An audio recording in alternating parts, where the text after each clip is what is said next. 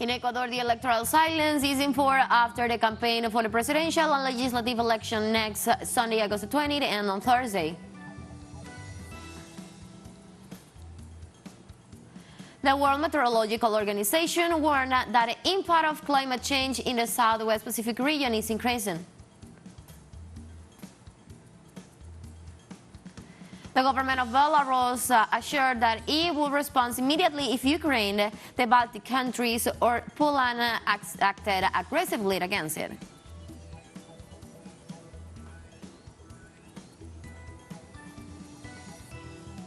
Hello, welcome to From the South. I'm Ana Marrero from the teleSUR headquarters in Caracas, Venezuela. We begin with the news. Stay with us.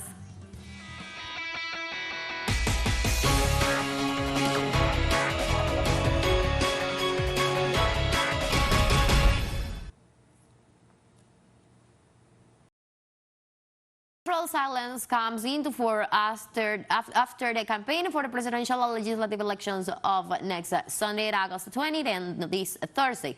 From midnight local time and until the elections are over, political propaganda will be forbidden, a rule that applies to any act of proselytism, but does not include dissemination in social network. Also, from midday on Friday and until noon on Monday, dry law is in force, suspending the sale, distribution, and consumption of alcoholic beverage.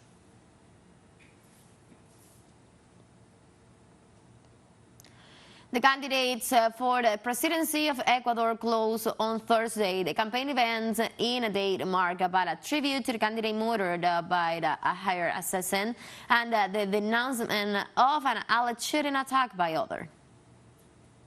The memory we have and the responsibility we assume, and that is why I'm here present, for fulfilling what is ethical, for fulfilling dreams, for not allowing the destruction of a project. We are here to decide whether this August 20 we leave this country to the mafias or we build a homeland for all.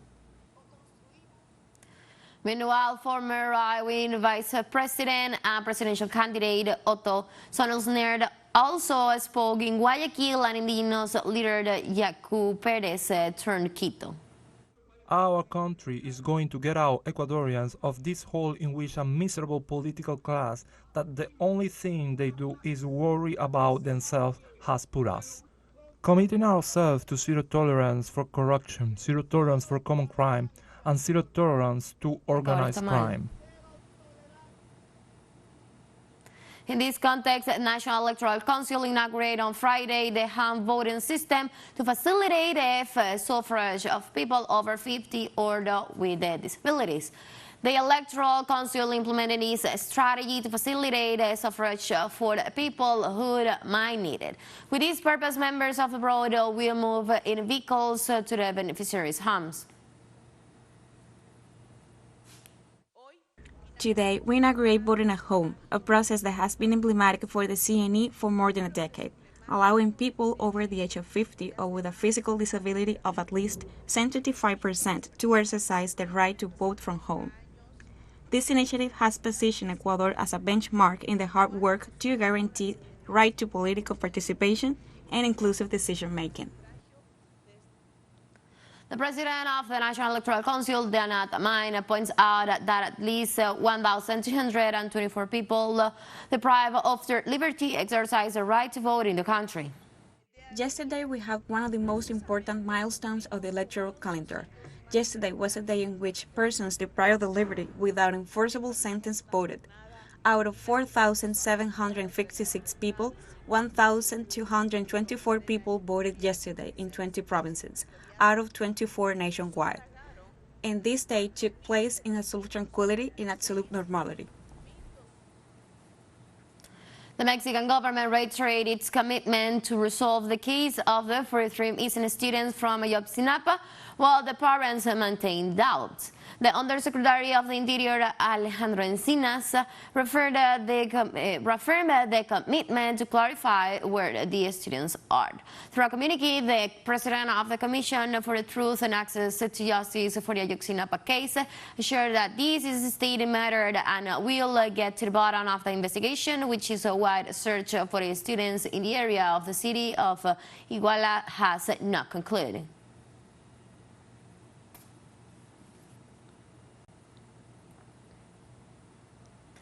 The hacker Walter Delagatti confessed on Thursday in Brazil that the former president of that nation, Jair Bolsonaro, suggests hacking the electronic voting system in the last elections. According to the hacker, Bolsonaro wanted to use this hacking to demonstrate the alleged fragility of the electronic suffrage system. Delgatti stated before the parliamentary commission investigating the assaults on national law powers on January 8 that the former head of state even promised him a pardon in case he was caught carrying out this illegal task. Who was the man behind his attempt at electoral fraud? Deputy Carlos Zambelli on the orders of the then President Bolsonaro. Who asked him to take responsibility for the alleged phone taping of the Minister of the Supreme Court Alexandre de Moraes, the then President Bolsonaro? Who invited him to make electoral propaganda to suggest to the population an alleged fraud in the electoral system? The advertiser Duda and the then President Bolsonaro. Who directed you to the Ministry of Defense to elaborate questions to the High Electoral Court about the voting system? The advertiser Duda and also the then President Bolsonaro. Who told you that if you committed an illegal act, you would be pardoned and receive a pardon? The then President Bolsonaro. Who gave him carte blanche, act even illegally? The then President Bolsonaro. In Argentina, the government and oil companies freeze gasoline, increasing prices until after the October elections. The Minister of Economy, Sergio Massa, announced this Thursday night that fuel prices will be frozen until October 31st to contain the impact of the devaluation. He also announced a 90-day extension of the understanding with the mass consumption companies. Massa explained that the impact of the devaluation on the refining sector will be distributed among consumers who will pay the single increase.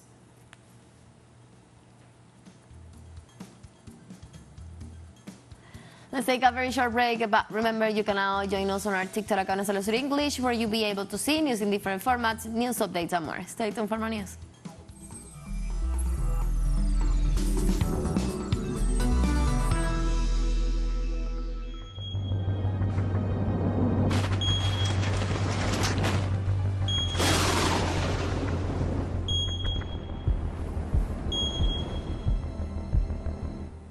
Welcome back to From the South.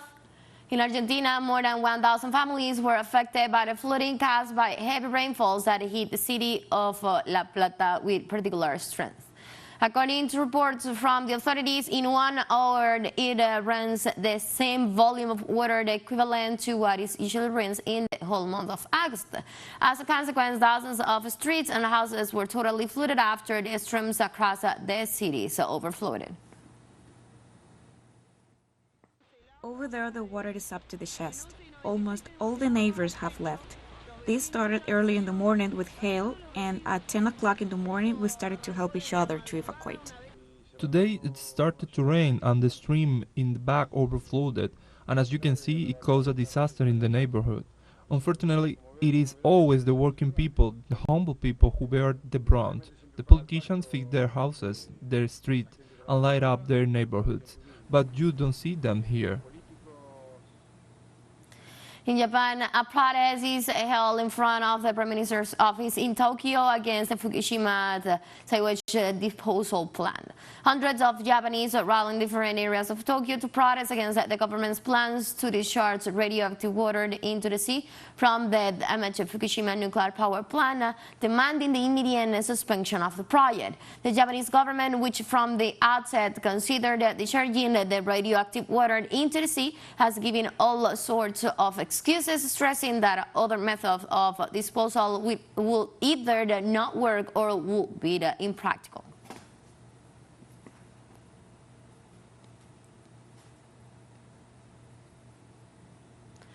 The World Meteorological Organization, an agency attached to the UN, warned that the impact of climate change in the Southwest Pacific region is increasing. The WMO detailed that during the last La Niña event, the average temperature in the Pacific area was 0.2 centigrades in year 2022 and passed to 0.3, higher than one recorded in 2011. The head of the agency, Petri Talas, estimated that now, with the El Niño phenomenon, it will continue in the remainder of 2023 and will have a greater impact on the region.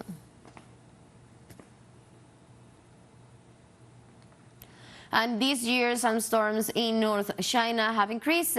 These storms are a contamination problem and also agriculture. To meet this challenge, the country is transforming desert areas into the pasturage and forests. And who will tell us about it is TVT's correspondent in China, Mauro Ramos. China aims to restore almost 6,700,000 hectares of desert areas with grassland and forests by 2025. One of the goals of fighting desertification in China is to ensure the country's food security. Per capita, arable land is only 0.08 hectares, which is less than a third of the OECD average of 0.27. According to FAO data, Inner Mongolia, which is home to large deserts and sandy lands, has been leading the country's effort against desertification from 2012 to 2022. The autonomous region planted more than 8 million hectares of trees and more than 19 million hectares of grassland. There are two main aspects of restoring lands degraded by desertification. Firstly, it requires local sources of native seeds that are suitable and sufficient for ecological restoration in order to meet ecological needs of the specific region.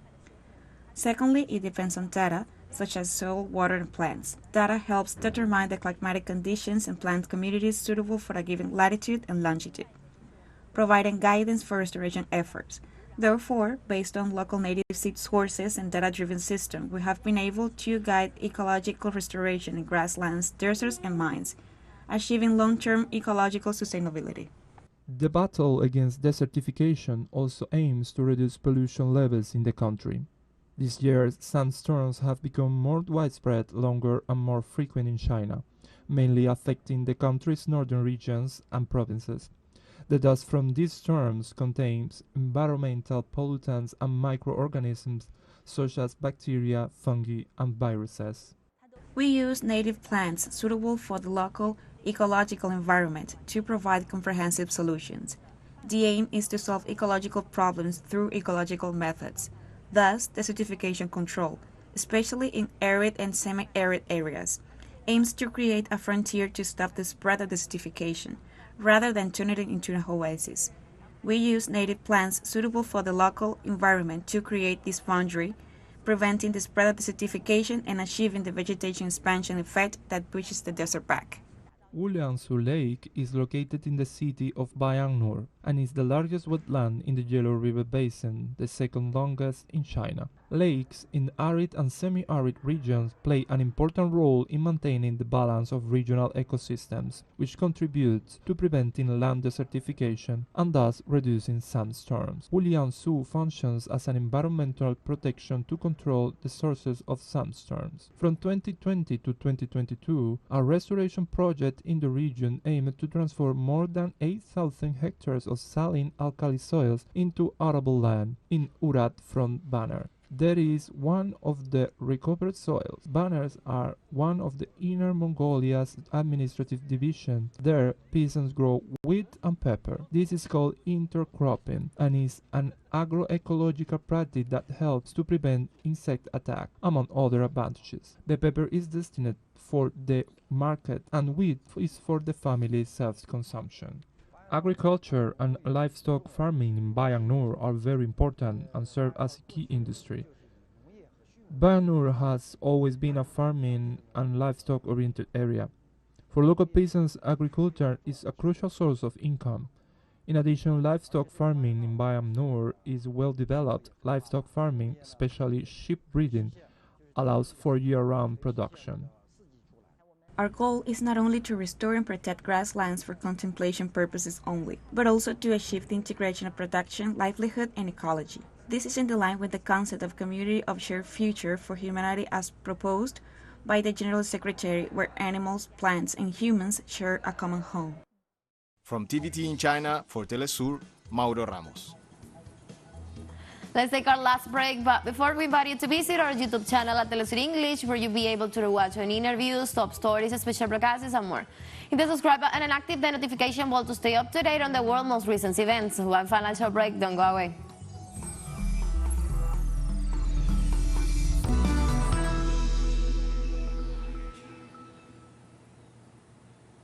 Welcome back. The government of Belarus assured that it will respond immediately if Ukraine, the Baltic countries, or Poland act aggressively against it. President Alexander Lukashenko indicated that the response will be overwhelming because Belarus is not a competition with them or has any differences. The president said that if there are hostile incidents on the part of the Baltic countries, the response will be forceful, which will result in considerable losses and damage. Russian and Chinese Navy ships have been jointly conducting maritime patrols and naval exercises in the Pacific Oceans in order to counter the air strikes. Images released by the Russian Defense Ministry on Friday shows ships of the Navy of the two countries participating in the joint maritime patrols. The maneuvers involve rescue training and anti-aircraft drills.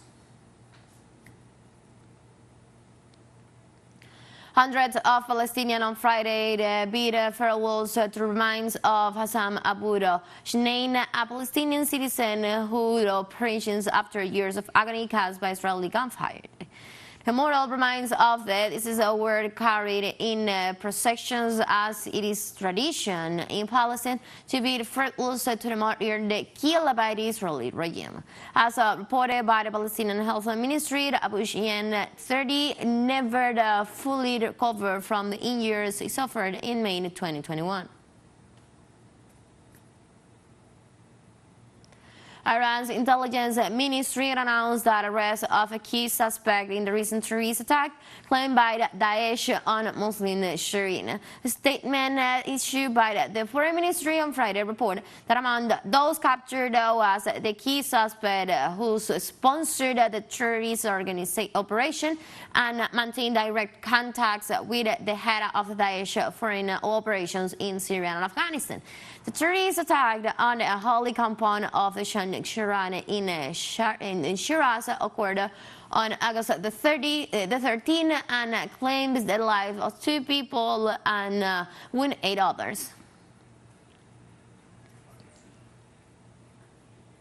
The UN mission in Mali, MINUSMA, has completed its withdrawal from the military bases in Bird and Gondam because of violence between the Turkish rebels and the army. The United Nations multidimensional integrated stabilization mission said in a communique that the UN bases were now closed and had over to the state of Mali through its designating civilian representative. In the Democratic Republic of the Congo, 230 people, including children, have died of cholera in the first 7 months of 2023. In this period, more than 31,340 suspects or the confirmed cases of the disease were registered in the country. The most affected province has been North Kivu, which has more than 21,400 confirmed or suspect cases, including more than 8,000 children under the 5 years of age. We have come to the end of this news brief, but you can find these and many other stories on our website at telesurenglish.net. You can also join us on our socials. We're on Facebook and Twitter and on Instagram as well. For Telesur English and from the South, I'm Ana Marrero. Thank you for watching.